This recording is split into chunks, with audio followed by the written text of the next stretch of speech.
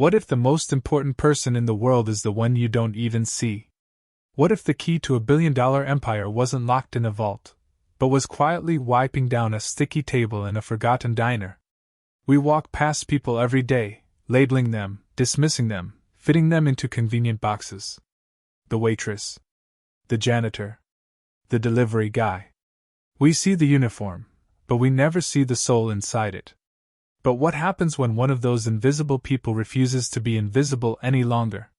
What happens when a whisper becomes a roar? This is a story about a woman who was defined by her apron, until the day she was insulted in a language no one thought she could understand. And in her reply, she didn't just reclaim her dignity, she rewrote her destiny. Elara traced the rim of a coffee stain on the linoleum counter, her movements a slow, practiced rhythm born of 1,000 identical shifts. The air in the greasy spoon diner was thick with the scent of stale coffee and fried onions, a perfume she no longer noticed. It was just the smell of survival.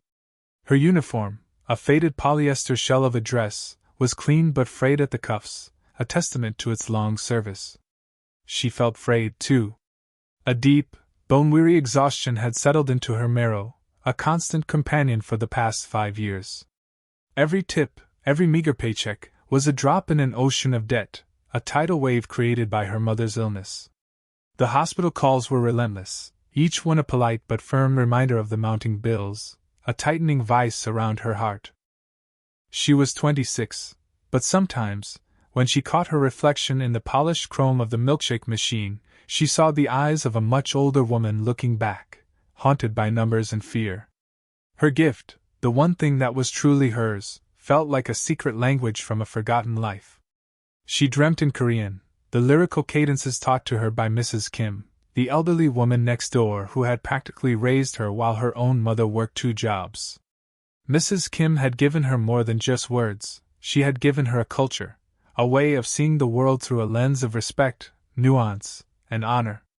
But in the greasy spoon, that gift was useless, a beautiful, intricate key for a lock that didn't exist. Here she was just Han, a pair of hands to deliver burnt toast and refill coffee cups. She was scenery, part of the background hum. And that's what she was when the bell above the door chimed, announcing an arrival that felt like a shift in atmospheric pressure. In walked Julian Croft, a man who didn't so much enter a room as conquer it. He was flanked by 2 other men in suits that cost more than her mother's last round of treatment. Julian Croft was a name whispered in the financial pages, a titan of industry known as the Ice King. His face was all sharp angles and cold calculation, his eyes the color of a winter sky, scanning the shabby diner with an expression of profound distaste. He moved with an impatient energy, a predator caged in a world that moved too slowly. He and his associates slid into a booth, the worn vinyl groaning under the weight of their ambition. Their voices were low, sharp, and laced with tension. Elara, approaching with her notepad, couldn't help but overhear fragments. Park Industries is walking, the deal is dead, Julian, Chairman Park won't even take my call. The name Park Industries sent a faint, familiar tremor through her. They were a massive South Korean conglomerate, notoriously difficult for Western companies to partner with. Julian Croft's jaw was a tight line of frustration. He ran a hand through his perfectly styled dark hair, the first sign of a crack in his icy facade. Elara stood by the table, pen poised, waiting to be noticed. For a full minute she wasn't. She was just part of the furniture. Finally, one of the men looked up and grunted. Coffee. Black. Julian didn't even acknowledge her presence. His focus was entirely on the crisis unfolding in hushed, angry tones. He was a king holding a failing court in the last place on earth he ever wanted to be. And Elara, the invisible servant, was about to become the most important person in his kingdom. The tension at the table was a palpable thing, a storm cloud of frustration and fury centered entirely on Julian Croft. He wasn't just the CEO, he was the inheritor of a legacy, a dynasty built by his grandfather, and the Park Industries deal was meant to be his crowning achievement, the move that would solidify his name in the annals of business history. Instead, it was crumbling into dust. His phone buzzed, a sharp, insistent sound against the tabletop. He glanced at the screen, and a muscle in his jaw clenched so tightly Alara thought it might snap. "It's him," he hissed to the man beside him, Marcus Thorne. "Chairman Park's secretary. He's officially cancelled the final meeting." Marcus, a man with a perpetually smug expression, sighed theatrically. "I told you, Julian. Their culture is delicate. Our approach was too aggressive. They see it as disrespectful." Julian's eyes narrowed into slits of blue ice. "My approach gets results, Marcus. It built this company, it's not building this deal," Marcus retorted, a hint of satisfaction in his voice. It was in this supercharged atmosphere that Alara began to pour the coffee. Her hands were steady, a practiced calm in the eye of their corporate hurricane. She filled Marcus's cup, then the other associates'. As she reached for Julian's, his hand shot out, gesturing impatiently, causing her to jostle the pot. A small splash of hot coffee, no bigger than a coin, landed on the back of his hand. He recoiled not from the heat, but from the imperfection, the sheer audacity of this clumsy interruption to his monumental failure. The diner fell silent. The clatter of cutlery stopped. The low hum of the refrigerator seemed to amplify the stillness. Julian Croft stared at the small, dark splash on his skin, then his gaze lifted to Alara. It was a look of pure, unadulterated fury. The Ice King was about to erupt. He didn't raise his voice into a shout. It was something far more chilling. He leaned forward and spoke in a low, guttural snarl, the words sharp and precise. And they were in Korean. The words sliced through the air, brutal and dismissive. "How dare a worthless being like you waste my time?" It was more than an insult. It was a complete dehumanization, spoken in a language he assumed was a shield, a private weapon to vent his rage without consequence. He expected her to shrink, to stammer an apology in English for a crime she didn't even understand she was being accused of. He expected her to be exactly what she appeared to be, insignificant. Marcus Thorne smirked, clearly enjoying the spectacle of his boss's cruel, contained explosion. He saw a waitress, a nobody, being put in her place by a superior being. The entire diner held its breath, waiting for the girl to crumble. But Alara did not crumble. For a single, stretched-out second, she stood perfectly still.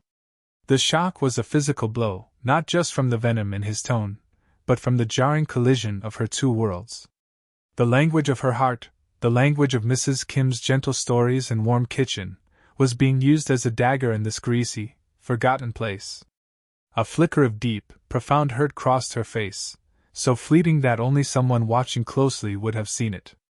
Then, something else replaced it. A quiet strength.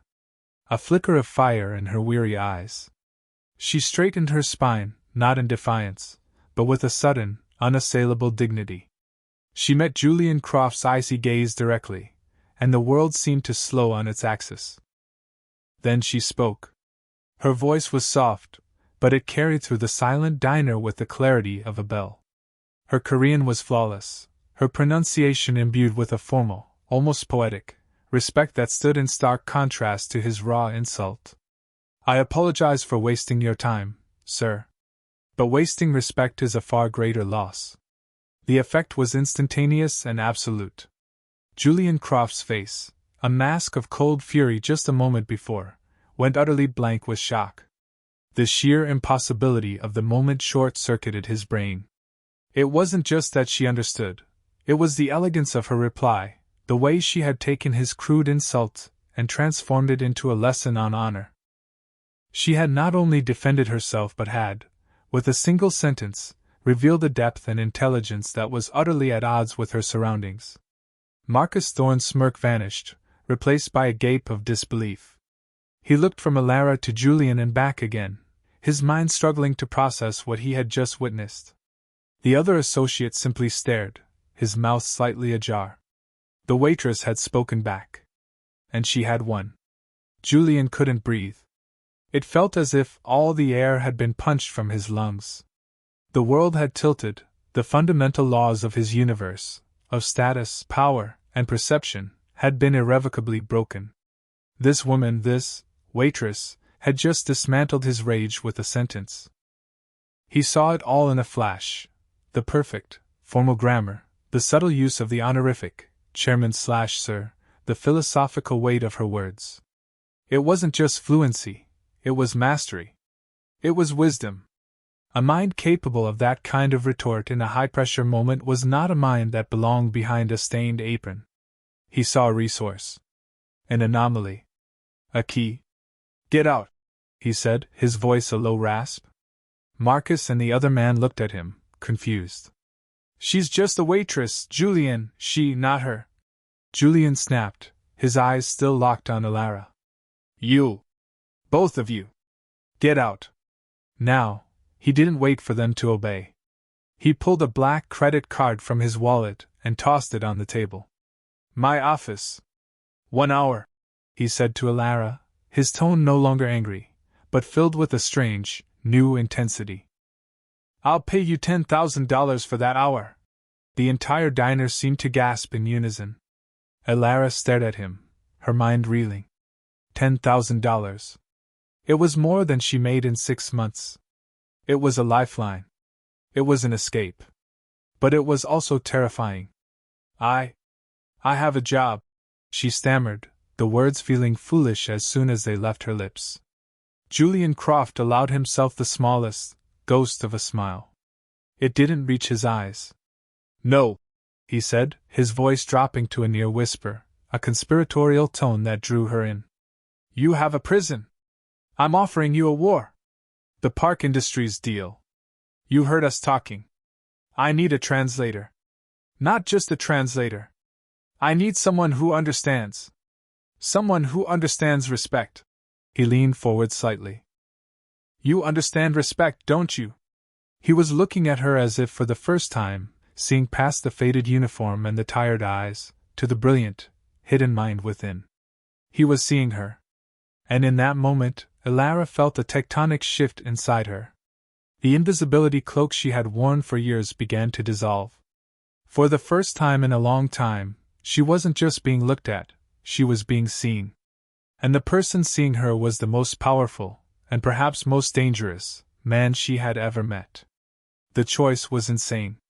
Impossible. But the image of her mother's pale, tired face in the stark white hospital bed flashed in her mind.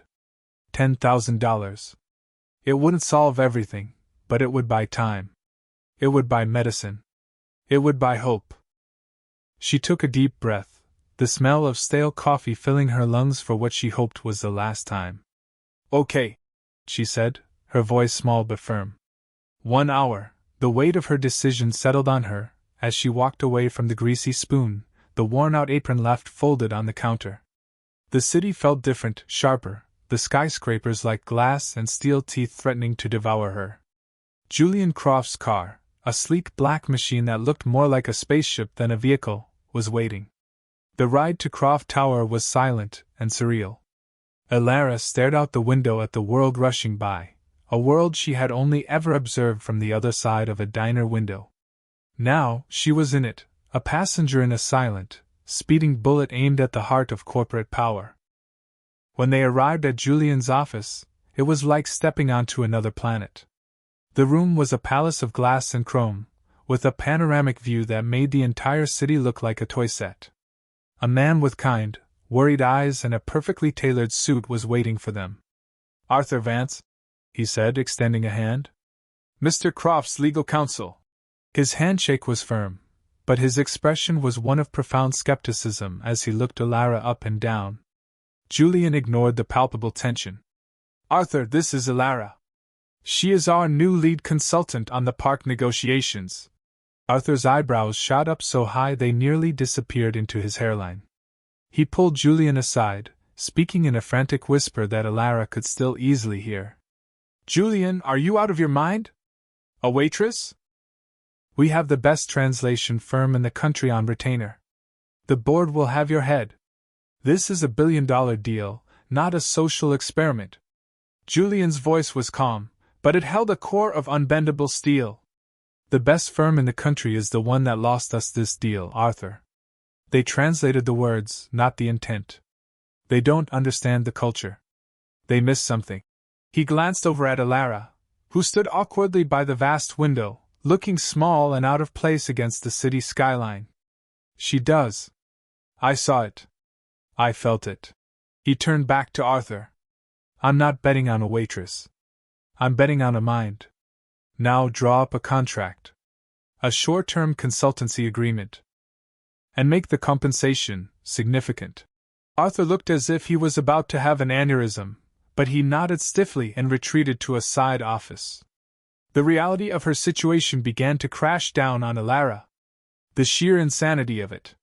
She, Ilara, who just this morning had been arguing with the cook about the consistency of the oatmeal, was now the key to a billion-dollar international negotiation. Fear, cold and sharp, pierced through the adrenaline. Just then, her phone buzzed. It was the hospital. Dr. Evans. Her heart hammered against her ribs. Ilara. The doctor's voice was gentle, which was always a bad sign. Your mother, she had a difficult night. There's a new experimental treatment we'd like to try, but her insurance won't cover it. The initial cost is substantial. The number he quoted stole the breath from her lungs. It was an impossible sum. A mountain she could never hope to climb. She hung up the phone, her hands trembling. The fear was gone, replaced by a cold, hard resolve. This wasn't about a choice anymore. It was about a necessity. She looked at Julian, who had been watching her, his expression unreadable. What do you need me to do? She asked, her voice steady now, devoid of the earlier hesitation. The war had begun. Julian led her to a vast, polished mahogany table where stacks of files and binders were laid out in precise, intimidating rows. This, he said with a sweep of his hand, is every piece of correspondence, every contract draft, every email and memo related to the Park Industries deal for the past 6 months. The sheer volume of paper was overwhelming. It was a mountain of corporate jargon and legal complexities.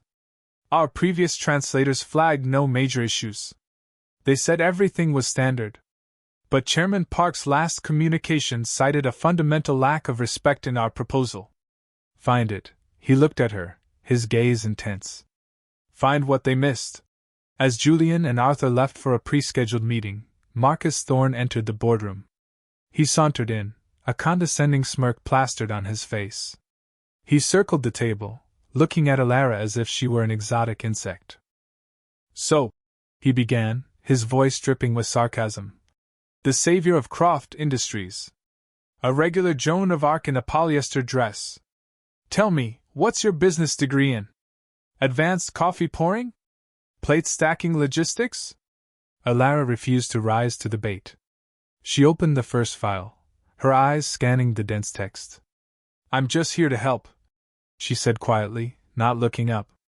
Oh, I'm sure you are. Marcus sneered, leaning over her shoulder, his presence invasive. Let me give you a little test. What's your analysis of the Q3 EBITDA projections in relation to the proposed synergistic valuation? He was trying to humiliate her, to expose her as a fraud with his corporate vocabulary. Ilara didn't flinch. She continued reading the document in front of her, a translated email from Chairman Park's assistant. I'm not looking at financial projections, she said calmly. I'm looking for a reason. People don't walk away from $1 billion over numbers. They walk away over feelings. Over respect. Her focus was absolute. She tuned out Marcus's presence, his poisonous aura, and dove into the work. The world shrank to the words on the pages in front of her. She wasn't just reading, she was listening. She was searching for the ghost in the machine, the cultural nuance that a purely technical translation would inevitably miss. Hours bled into one another. The sun dipped below the horizon, painting the city in hues of orange and purple, but Ilara didn't notice. She drank coffee, not the burnt sludge from the diner, but a rich, dark brew brought to her on a silver tray by a silent assistant. The contrast was not lost on her. She was a visitor in a gilded cage, and the price of admission was finding a needle in a haystack of paper. Marcus left, defeated by her impenetrable concentration, but the weight of his doubt remained. The weight of Arthur's skepticism. The weight of Julian's insane gamble. Most of all, the weight of her mother's future. It all rested on her. She pushed it all aside and focused. And then, deep into the night, under the soft glow of a desk lamp in the silent, cavernous boardroom, she found it. It wasn't a word. It was a single character. A particle. A Korean honorific so subtle, so deeply embedded in the cultural context, that a machine or a non-native speaker might easily gloss over it. The character was kiseo. In the original Korean drafts from Park Industries, it had been used consistently when referring to Julian Croft. The American translation firm had rendered it simply as a subject marker, equivalent to he or Mr. Croft. But was so much more than that. It was a marker of profound respect, the kind one reserves for a king, a revered elder, or a spiritual leader. It elevated the subject.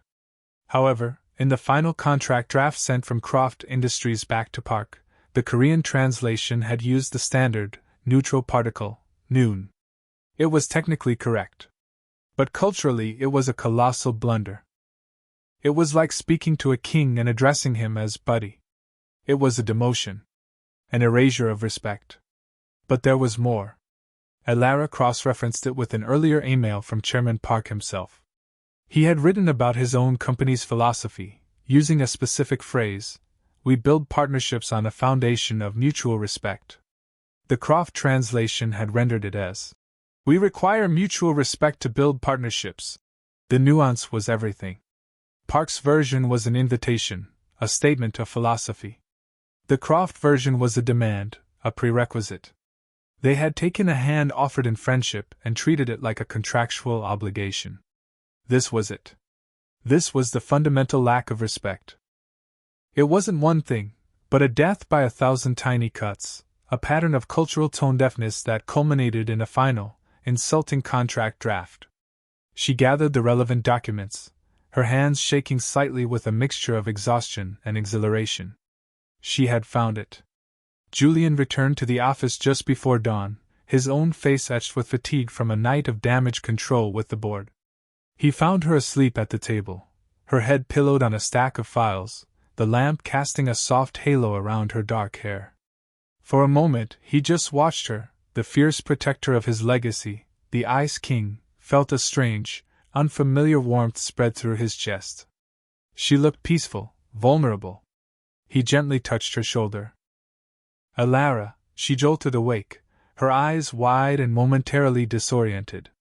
Then, focus flooded back into them. "I found it," she said, her voice husky with sleep. She pushed the documents towards him, her finger tracing the crucial characters, explaining the nuance of versus, the shift from invitation to demand. She spoke with a passion and clarity that captivated him. It wasn't about business jargon. It was about the poetry of language, the soul of a culture. As he listened, Julian Croft understood. He wasn't just looking at a translator. He was looking at a brilliant analyst, a cultural diplomat of the highest order. The $10,000 gamble on a waitress suddenly seemed like the shrewdest investment he had ever made. "You're incredible," he said, the words coming out before he could stop them. It was a simple, unguarded admission, a crack in the ice that revealed something deeper. Alara looked down, a faint blush rising on her cheeks. I know what it feels like to be disrespected," she said softly, the memory of his words in the diner a ghost between them. The moment was broken by the sharp ring of Julian's phone. It was Chairman Park's office. Against all odds, they had agreed to one final meeting. In 2 hours. The final test was here. The news of the meeting sent a jolt of adrenaline through the office. Arthur Vance, his skepticism now replaced by a nervous energy, began prepping legal points. Julian moved with a renewed sense of purpose, his voice crisp with commands. But his eyes kept finding their way back to Alara. The trust he placed in her was a heavy, comforting weight. As they prepared to leave for the meeting, Marcus Thorne appeared, his face a mask of forced sincerity. "Julian, I heard the good news. I'm so glad Park is giving us another chance." He held out a sleek, leather-bound folder. "Legal just finished the final revised proposal based on..." He glanced at Alara with a dismissive wave. "Her feedback." I had it couriered over. It incorporates all the necessary honorifics and cultural sensitivities.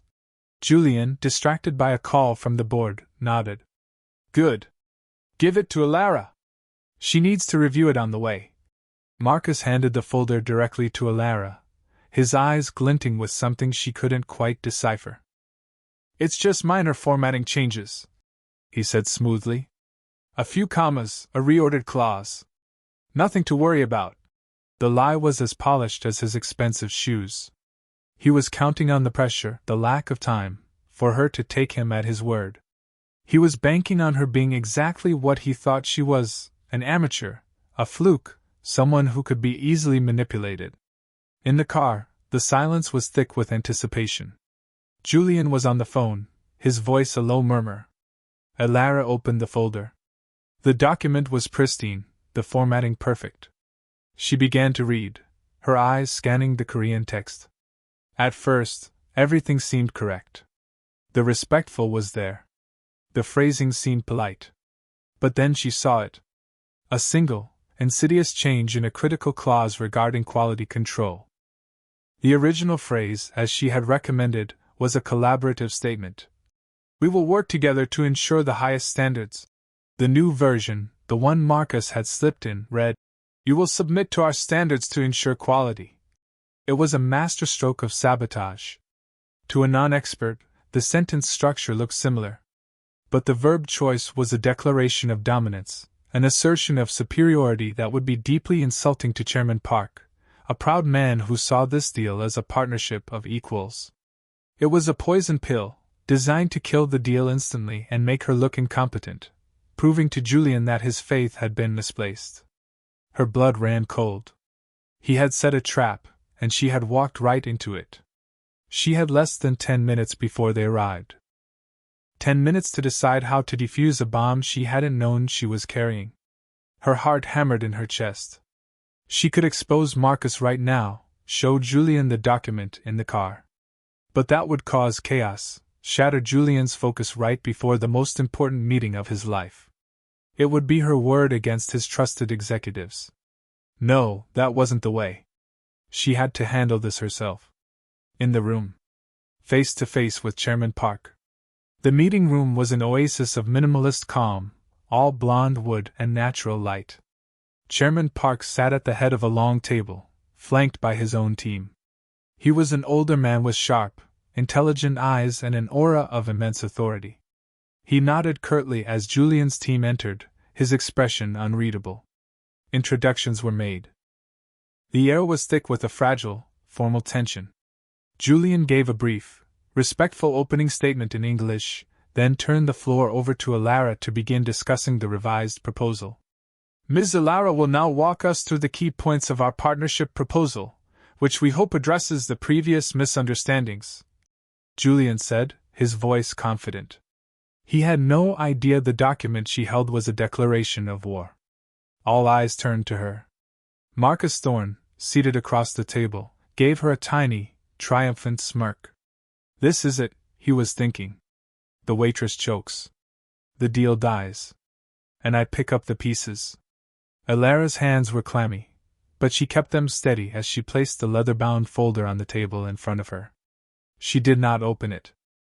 She took a deep breath, collecting herself, drawing on a strength she didn't know she possessed. She looked directly at Chairman Park, meeting his stern gaze with one of open, sincere respect. And then, she began to speak.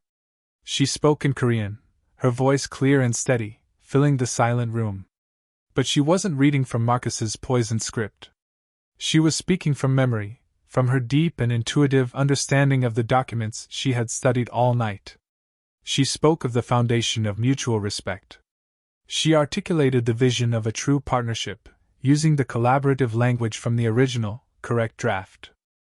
She gracefully acknowledged the linguistic subtleties that might have caused confusion in their previous communications, framing the past failures as an unfortunate but correctable error in translation, not intent. She was weaving a bridge of words between two cultures, and she was doing it without a safety net. Across the table, Marcus Thorne's smirk slowly dissolved, replaced by a look of stunned confusion, which then morphed into pale-faced horror as he realized what she was doing. She was improvising. She was ignoring his sabotage completely. Julian, who didn't speak Korean, could only watch, but he could see the shift in the room. He saw the rigid posture of Chairman Park begin to soften. He saw the old man lean forward, his eyes, which had been cold and assessing, now filled with a genuine, burgeoning interest. Elara continued, her words flowing with an eloquence born of truth. She wasn't just translating a business proposal, she was communicating a philosophy. She was showing him, not telling him, that Croft Industries, through her, finally understood. When she finished, a profound silence settled over the room. Chairman Park looked at her for a long moment, his expression thoughtful. Then, he broke into a warm, genuine smile. He turned to his aide and said a few words in Korean. The aide nodded. Chairman Park then looked at Julian and spoke in slow, deliberate English. "Mr. Croft," he said, his voice resonating with authority and newfound warmth. "For 6 months, I have been speaking to your company. Today, for the first time, I feel I have been heard." He extended his hand across the table. "You have yourself a partnership." The relief in the room was explosive. Handshakes were exchanged, smiles broke out on every face, except for one. Marcus Thorne looked as if he had seen a ghost. His face was ashen, his hands trembling slightly. He had been so sure of his victory, so certain of her failure. As the Korean delegation filed out, their mood transformed from icy formality to warm collegiality. Julian clapped Arthur on the back, a rare display of emotion. He was ecstatic. "She did it, Arthur! I told you! She did it!" He turned to Elara, his eyes shining with an emotion she had never seen in him before, pure, unadulterated admiration. "Elara, you were magnificent!" But his triumphant smile faded as he caught sight of Marcus's terrified expression, and then the still-closed folder in front of Elara. A flicker of suspicion, a CEO's instinct for betrayal, crossed his face. "Elara," he said, his voice suddenly low and serious. "You never opened the folder. Why?" Elara finally met his eyes. She quietly pushed the leather-bound document across the polished table towards him. "Because, Mr. Croft," she said, her voice steady despite the tremor she felt inside. "What was written in there was not what I needed to say." Julian opened the folder. He couldn't read the Korean, but he passed it to Arthur, whose wife was Korean and who had a basic understanding of the language. Arthur scanned the page, his brow furrowing, then his eyes widening in horror. "My God, Julian!" he whispered, pointing to the altered clause. This is a declaration of war. It says they must submit to our standards. This would have been the ultimate insult." The blood drained from Julian's face. The pieces clicked into place with horrifying speed. Marcus's sudden helpfulness, his insistence on giving the folder directly to Elara, his smug expression during the meeting. His gaze shifted from the document to Marcus Thorne, and the temperature in the room dropped 30 degrees. The Ice King was back, and he was passing judgment. "Marcus!" Julian's voice was deceptively calm, a quiet deadliness that was far more terrifying than any shout. "Explain this," Marcus sputtered, his arrogance collapsing into pathetic desperation. It must be a mistake. A typo from the legal team. I just passed it along, I didn't even read it, I swear." "You lie," Julian said, the two words cutting through the air like shards of glass. "You've been trying to undermine this deal, and me, for months. But trying to sabotage this company and using her." He gestured toward Elara. "To do your dirty work, that is something I will not tolerate." He pointed a single, trembling finger toward the door. "Get out of my building. Security will escort you." "You're finished." Marcus Thorne, the skeptical gatekeeper, the man who represented the old guard of status and cynical maneuvering, scurried from the room, a man utterly defeated, exposed not by a corporate power play, but by the quiet integrity of the woman he had dismissed as a nobody. The deal was signed the next day, a landmark achievement that sent Croft Industries stocks soaring. But for Julian, the victory felt different this time. It wasn't just a number on a balance sheet, it was a validation of something more profound. He had trusted his instinct, had looked past the surface of things, and had been rewarded beyond measure. He found Alara by the vast window in his office, looking out at the city that was now, in a way, hers to conquer. He handed her an envelope. Inside was a check with an astronomical number of zeros, but that wasn't all. There was also a letter. It detailed the full payment of her mother's medical bills and her transfer to the finest private care facility in the country, effective immediately. Tears welled in Alara's eyes as she read it. The weight she had carried for years, the crushing burden of debt and fear, simply evaporated. She looked up at him, unable to speak. "It's not a gift," Julian said softly, moving to stand beside her. "It's a signing bonus. I'm creating a new position. Head of Intercultural Relations. It's yours if you want it." He paused, his gaze softening. "Alara, you didn't just save a deal. You reminded me of what this is all supposed to be about. It's not about winning. It's about connecting.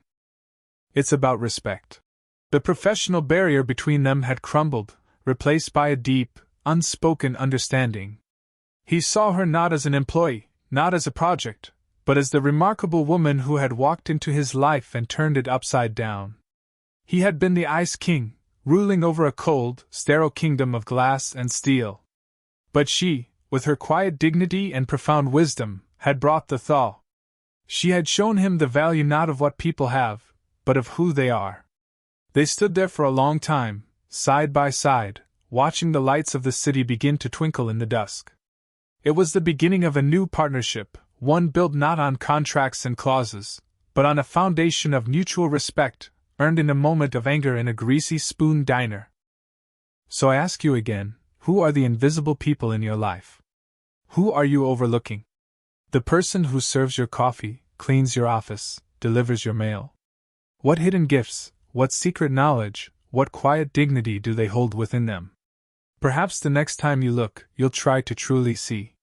And you might just find the one person you've been looking for all along. Share this story if you believe in the power of second chances. And tell us in the comments about a time someone saw the real you when no one else did. Because everyone deserves to be seen.